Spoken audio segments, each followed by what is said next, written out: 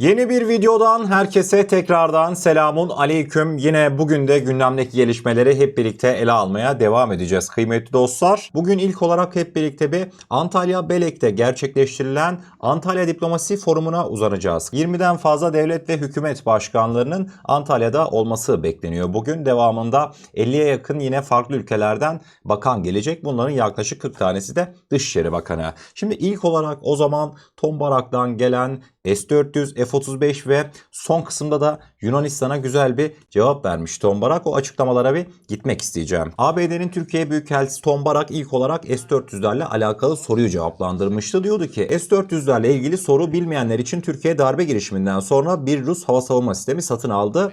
Görüşlerde bir farklılık vardı Amerika ile Türkiye arasında. Biz Patriotları Amerika olarak satmaya mı isteksizdik yoksa onlar Patriotları mı alamıyordu? Ama onlar bir tane S-400 sistemini günün sonunda satın aldılar. O sırada Türkiye aynı zamanda NATO'nun ikinci en büyük müttefiğiydi. Bu çok büyük bir şey. Bunun ne anlama geldiğini ve Türkiye'nin Avrupa'yı korumak için yaptıklarını düşündüğünüzde inanılmaz. Hemen devamında mevzuyu F-35 konusuna bağladı. F-35 jet programına katkıda bulunmak istedi Türkler ve aslında gövdelerin imalatında ortaktılar. S-400 satın aldıklarında kongre o zaman Türkiye'ye yaptırımlar uyguladı. Yaptırımlar mütevazi görüşüme göre işe yaramıyor. Buraya çok dikkat edin. Yaptırım uygulanan ülke o kadar zeki, o kadar ustalık hale geliyor ki yaptırımların etrafında yollar buluyorlar. F-35 sisteminden çıkarıldılar ama yaptırımlara karşı bir çözüm buldular diyordu Tombarak. Zaten hatırlarsanız Tombarak daha önceki yine benzer bu konuya dair yapmış olduğu açıklamalarında ilk başta kongre Türkiye'ye ambargo kararı aldığında S-400 mevzularından dolayı Başkan Trump şiddetli bir şekilde odaya girip bir anda bu olamaz, böyle bir şey kabul edilemez. Çünkü Türkler Kaan'ı yapacak, Türkler Kaan'ı geliştiriyorlar, biz onlara ambargo uyguluyoruz. Bu aslında Türklerin ekmeğine yağ sürmek tarzında bir açıklaması vardı. Zaten burada da ambargo ile Türkleri durduramadık. Türkler çok daha usta haline geldi bu işlerde. Kendi uçaklarını yaptı demeye getirmiş Tombarak. Açıklamalarının devamında Tombarak Trump ile Cumhurbaşkanımız Erdoğan arasındaki ilişkiye de atıfta bulunmuştu. Diyordu ki Başkan Trump ve Başkan Erdoğan oturup konuştular. Halkbank durumu şu an iyi durumda. F-16'lar yeniden müzakere ediliyor. İttifak yeniden inşa ediliyor. Bence bu S-400 durumunu yakında çözeceğiz, göreceksiniz. Patronumun bakış açısından, yani Trump'ın bakış açısından F-35 programına kabul edilmesi Türkiye'nin sorun değilmiş. Lütfen şurada dikkatlerinizi toplayın. İşte bugünkü o Yunanistan'a çakmış olduğu laflar geliyor Tombarak'ın. Diyordu ki Yunanistan'ın S-300'leri ve F-35'leri var. Yani Yunanistan-Türkiye meselesi bilirsiniz başka bir tarihi mesele. O mevzuya girmeye bile çalışmayacağım. Çünkü beni bir daha Mikonos'a gitmekten men eder Yunanlılar diye böyle bir açıklama yapmıştı bugün Tombarak. Yani aslında yıllardır bizim dile getirdiğimiz mevzuyu, hani diyorduk ki yahu Yunanistan elinde de işte S-300'ler var. Onlara F-35'i verdiniz. Türkiye'ye S-400 al diye bize niye vermemezlik yapıyorsunuz diyorduk ya. Onlar da işte bazıları diyordu yok efendim onlar çok daha önceden aldılar. Bu kural sonradan çıktı NATO'da. O günden sonra alırsanız işte yaptırım olur falan filan diyorlardı. Fakat aslında Tombarak bugünkü bu Antalya Diplomasi Forumu'ndaki yapmış olduğu açıklamalarıyla birlikte bu tezi de çürütmüş oldu. Kendisi açık açık Yunanların elinde S-300'ler var, F-35 de verdik diyor. Devamında son olarak da Mikonos adası mevzusunda konuşmayacağım o konuda diyor. Çünkü beni Yunanlılar o adaya girmekten men eder diyor. Şimdi şu an öğleden sonra, Cuma'dan sonra bu mevzu pek Yunan basınında hani bir baktım yetişmemiş gibi ama akşam falan Yunan basını bu açıklamadan sonra büyük ihtimalle çılgına döner. Onu belirteyim. Bu açıklamaların hepsini topladığımızda bana diyebilirsiniz Kaan ne olacak işte F-35'ler, F-16'lar bu mevzular hallolur mu? Vallahi kıymetli dostlar Tombarak'a kalsa şu vakte kadar hallolmuştu. Beyaz Saray'da gerçekleştirilen Cumhurbaşkanımız Erdoğan'la Trump arasındaki o toplantıda çıkışta hemen Tombarak ne diyordu? 6 ay içerisinde bu F-35 mevzusunu halledeceğiz diyordu. Ne oldu? Kaç 6 ay geçti üzerinden değil mi? Yani Tombarak'ın bu konudaki açıklamalarından daha öncesinde dilimiz yandı. Bundan dolayı yoğurdu üfleyerek yemekte fayda var. Olumlu açıklamalar mıydı? Olumluydu ama şunu da belirtmek isterim. Bu açıklamaları da Antalya'da yaptı. Gidip de yani Yunanistan'da, Atina'da bu açıklamaları yapmadı. Zaten bilirsiniz Amerika'nın farklı ülkelerdeki büyükelçileri yani günün sonunda aynı masaya toplasanız hepsi farklı tezleri savunurlar. Görevde oldukları ülkeye dair çok olumlu açıklamalar yaparlar. Fakat Amerika'nın görüşünü yansıtır mı bu Tombarak'ın açıklamaları?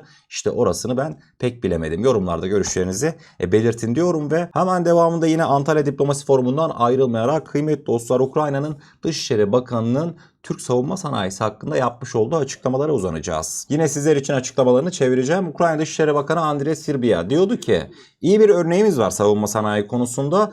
Türkiye hatırladığım kadarıyla şu an Türkler ordularının ihtiyaçlarının %80'lerini kendisi karşılıyor. Bu gerçekten bir mucize. Türkiye'nin savunma sanayisini nasıl büyüttüğü konusu. Bu kritik malzemelere, silahların kritik unsurlarına bağımlılığı azaltmak için daha fazla kendi kendine yeterlilik sağlamak gerektiği anlamına geliyor. Ulusal savunma sanayi büyütmek için bu oldukça önemli bir konu. Şimdi ise Ukrayna ordusunun yaklaşık %40'lık ihtiyaçlarını kendi kendine karşılayabiliyor diyordu Ukrayna'nın Dışişleri Bakanı. Şimdi o değil de Ukrayna'nın Dışişleri Bakanı deyince tekrardan aklıma geldi. Türkiye şaka maka farkındasınız değil mi? Kendi savunma sanayi ürünlerinin %80'ini kendisi üretebiliyor. Dışa bağımlılık %20. İnşallah 5 yıl içerisinde bu oranın artık %90 seviyesine gelmesi beklenmekte. Yani ciddi Türkiye çok zor olanı başardı. Baktığınız zaman Ukrayna %40'ını karşılıyor. Sahadaki durumda Ruslara karşı zaten kıyaslama yaptığınızda Ruslar büyük bir ölçüde kendi ihtiyaçlarını kendisi karşıladığından ötürü Ukrayna kıymetli dostlar mesela ihtiyaçlarının %60'ını dışarıdan almak zorunda. Yani %60 şekilde bağımlı dışarıya. Fakat Ruslarda öyle bir durum olmayınca savaşın uzaması da doğal olarak Rusların işine yarıyor. Çünkü Batı'dan, Amerika'dan, Avrupa'dan destek gelmediği sürece Ukrayna savunma sanayisinin %60'ı hep bir boşluk olacak. O aradaki o makası ne kadar azaltırsanız kendi ülkenizi savunabilme kapasiteniz de aslında o denli artıyor. Bence önemli bir veriydi. Devamında kıymetli dostlar şimdi Ahmet Şara, Suriye Cumhurbaşkanı, o da yine Antalya Diplomasi Forumu'ndaydı. Suriye Devlet Başkanı Ahmet Şara bugün Dışişleri Bakanımız Sayın Hakan Fidan ve devamında MİT Başkanımız İbrahim Kalın'la da bir araya gelmişti Antalya'da. Ahmet Şara Antalya Diplomasi Forumu'nda katılmış olduğu programda su şişesiyle İngiltere'ye gönderme yaptı. Su şişesinin kapağını açarken. Şimdi birazdan mevzusunu sizlere anlatacağım. İlk o anları bir dinleyelim. Ahmet Şara bakın şimdi şişenin kapağını kolayca açtı. Bardağa suyu dökerken diyor ki bu şişe diyor İngiltere'dekinden daha iyi diyor. Peki İngiltere'de ne yaşanmıştı? Bu görüntüleri eminim ki sosyal medyada daha önce görmüşsünüzdür. Ahmet Şara Londra'da programa katılıyor fakat su şişesi gerçekten de kapağı çok garip bir şekilde açılıyor. Daha önce ben de öyle bir şey görmedim yani adam haklı. Daha sonrasında hemen işte sunucu, moderatör devreye girerek suyun kapağını açıyordu. Aslında buraya gönderme yapılmıştı. Ayrıca ben şunu da anlamıyorum. Yani belki de bu olayın üzerinden bir sene ya geçmiş ya geçmemiş. Adam Londra'da bir programa katılmış. Aslında hani ne kadar dünya ile iletişiminin olduğunu göstermek açısından forumlar, paneller çok önemlidir Suriye gibi devletlerin başkanlarında. Yoksa Ahmet Şara yani o foruma, panele katılmasa Londra'da o lobicilerle nasıl baş edecek anladınız mı? Mevzu ne yazık ki dünya düzeninde bu şekilde işliyor. Yani savaş daha yeni bitmiş, duman her şeyin üstünde. Adam orada kapağı açamadılar diye adamla bir ton dalga geçmişlerdi. Bu yaşanan gelişmeler öyle su kapağıyla başlar ama uzun vadede Ahmet Şara şu mesajı da güzel bir şekilde akıllıca verdi bence bugün Antalya Diplomasi Forumu'nda. Türkiye ile bizim her şeyimiz benzer. Öyle sizin gibi entel dantel su açma işlerine girişmeyiz. Bizim kapağımız çevirdik miydi böyle açılır, daha sonrasında bardağa dökülür, içilir. Biz Türkiye ile daha yakınızın mesajıydı bence bu. Devamında sosyal medyada bir başka konuşulan mevzuya uzanacağız. Kıymetli dostlar bileceğiniz üzere Kerkük'te 100 yıl sonra ilk defa bir Türk tekrardan vali seçilmişti. Vallahi Kerkük'te keyifler yerinde. Kardeşlerimiz dün gece Kerkük sokaklarında bayağı bir konvoy yaptılar. Yani keyifler yerindeydi Rabbime şükür. Bugüne geldiğimizde kıymetli dostlar Kerkük'ün yeni Türkmen valisi Muhammed Seman Ağa TRT Haber'e özel açıklamalar yapmıştı. Açıklamalarında öyle ifadeler kullandı ki yani şimdi karşınıza gelecek dersiniz ki bu vali Ankara'dan atanmış ya. Yemin ediyorum sanki var ya hani Kerkük değil de yani Hatay, Gaziantep, Şanlıurfa'nın valisiymiş gibi bir aksana sahipti. Zaten açıklamalarında da ince bir detay var. O detaya hep birlikte göz atacağız. Bugün Kerkük'te Türkmen vali olması sadece Türkmenlere değil, Türklere de hizmet edecek, Araplara da edecek, Hristiyanlara da edecek. Bütünleştirici bir dil kullanıyor olması gereken. Bizim 100 yıllık bir hasretten sonra tek amacımız bu memlekette bütün fitnelere, Orta Doğu'da özellikle biliyorsunuz Orta Doğu kaynıyor. Bakın şimdi sürpriz geliyor. Dikkat edin. Bir taraftan İsrail, bir taraftan Amerika. Bakın ne diyecek. Sayın Türkiye Cumhuriyeti Nasıl düzeltiyor? Yani Muhammed Bey yeni vali, Kerkük valisi az daha Sayın Cumhurbaşkanımız diyecek yani. Bakın. Türkiye Cumhuriyeti Cumhurbaşkanı Recep doğal Tayyip olarak Erdoğan'ın sözünden yola çıkarak bugün biz de bu Kerkük valisi olarak Kürt, Türk, Arap arasında o fitne olmasın.